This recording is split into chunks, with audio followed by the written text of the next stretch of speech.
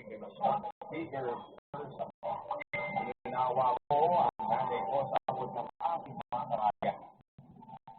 Para hindi tuluyang masiraan ang ulo ang buhay at mga responsibility ko sa pamilya na kuhang niya ng sarili ko ng pagkataon na pagkasamaan. Hindi ko akalain pag-ibig ay tama ang maganda ko na mapadudun.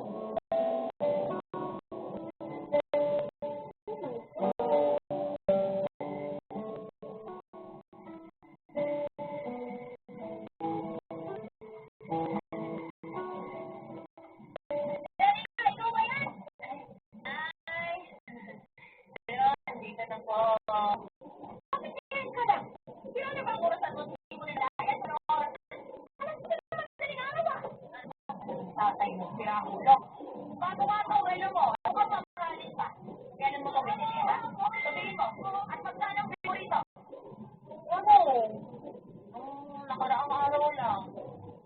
Alam kayo, Nay. Mura lang naman po. Magkano nga? 5,000. 5,000? Para talaga? Tapos, natuto ka lang uminom ng alak? Kaya ba ngayon ka lang dumating at uminom ka pa, ha? Tapusin mo ako, dali ka! Oo, Nay.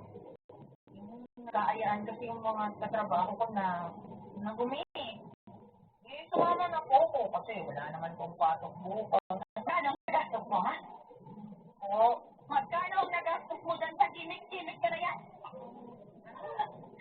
Alis lang naman po. Mga 1,500. Ano ba, Liz? Dali marami ka na mabibili dyan kung binili mo na lang sana sa akin. Kasi yung pinagbili mo ng list mo na lang na yan.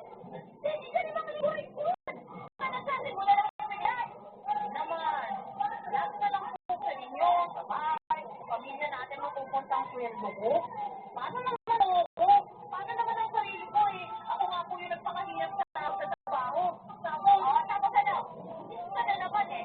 Hindi mo makakala kung sino ka sa kayang sweldo kung makapanumban. Hindi mo ako nanonood. Sabi lang po ako ng walang totoo sa mga sinasabi ko. Kung wala pang mamataan.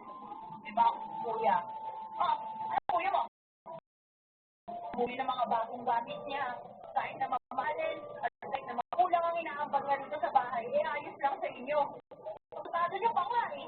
Narinig ko, sinabi niyo pa sa kanya na nailibre naman niya ang sarili niya dahil nagpapakahirap siya magtrabaho para sa pamilya natin. Yung rin naman po nagtrabaho rin naman po ko guys. Nakaabot din ako dito.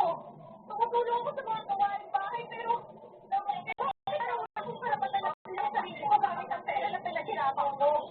Bakit naman nagalit ko ang kuya mo? Bakit naman sa usapan? Dating kay kuya, nagmamalinig sa'yo. Ano ba pinagsasabi mo? Pinag-uusapan natin dito. Yung pagpili mo ng kung ano-ano. Samantalang wala kayo pangangailangan natin dito sa bahay. At yung pagpili mo ng anak. Hindi pa ako nakikira ka. Sabi niya, hindi ko sabi niya talaga. Hindi naman sabi ng babae yung sumasama sa lalaki para makipag-iwan. Wala naman po kami ginagawang babae. Uminom na ako ng pinatay. Ano namin kung nagkahawak ng mga bayan natin? Pinapasal na sa mga magulang. Yan ako, kami na magsasabibo, mga araw. Pero ngayon, napakawalang yan ng mga kabataan. Ganyan, ayun ang lusin mo lang talaga. Isang araw umuwi na lang sa bahay na umiiyak at sasabihin sinahat ka ng mga inulong lalaki. Kapag nangyari yung Zenka, nato, papalayasin pa kita sa pamahay natin. Ang buhay, wala na akong karapatang magsaya dahil tama sa pareho ang nararamdaman namin ng pamilya. Lalo na ang nanay ko. Yung dapat kong malungkot at may sinabi sila ay gabihin ang maramdaman at estado ko sa buhay.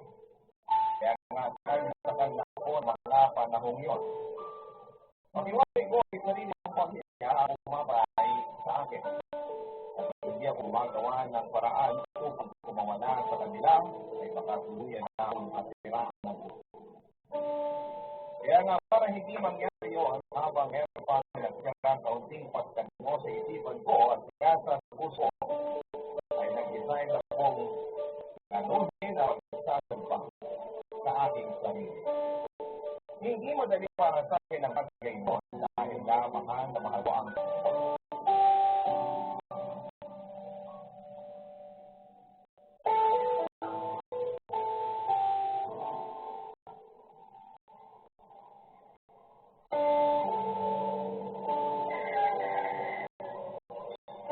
Kuya Jason, pwede ba tayong mag-usap?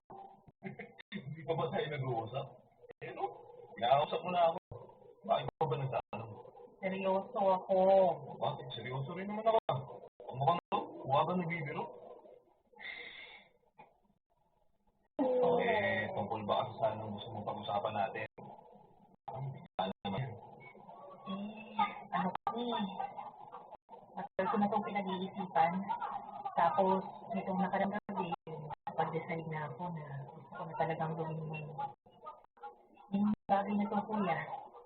Para po ako. Ikaw ba yan? Oo, seryoso ako. Ay, madali. Oo naman. Malaki na ako. Hindi na ako bata. Saka, ipon din ako. Gaano? Gaano ipon mo? Ako. Bakit naman kita utangin? Kapatid tayo. Ano? Eh, kailangan ko kasi. Ako na yung alis na tayo na. Teka, anong sabi mo? Papakasal na kami ng girlfriend ko. At gusto na namin bumukod ng bahay. Kaso, yung daw namin dun sa rerentahan namin apartment. Eh. Sakto. Pangit, iipon ka. Natin. Ako naman yun. Bakit ka ba aalis? Ito na kayo kami yung girlfriend mo sa bahay. Ako ba ang aalis sa kuya? Pwede, kasi sabi na niya. Sinubod kami. Ano naman, mag-asawa, di ba? Dapat talaga nakabukod. Dapat naman asawa ka. Huwag mo umalis. Hawa ka naman sa nanay natin. Iniwan ka mag-isa. Gusto mo maawa ko kay nanay? Eh sa akin lang palayasin niya ako. Hindi lang niya magawa kasi nakakapag-ambag ako ng pera. Sa ating dalawa kuya, ikaw ang mas paborito niya. Kaya bakit ako yung kailangan maiwan dito sa bahay para samahan at alagaan? Hindi lang naman ako ang anak niya. Hindi kasi naman talaga marunong umintindi. Mag-aasawa na nga ako. At ayaw na mapapag-asawa ko na makisama kay nanay. Baka araw-araw mag-aaway lang sila. Ang sakit ko pa sa ulo. Ikaw na wala pang asawang dapat umintindi sa sitwasyon. Ano kinalaman na? Talagang walang konsensya at pagmahal sa magulang natin, ha? Sino pa ba? Wala ka naman ako. Basta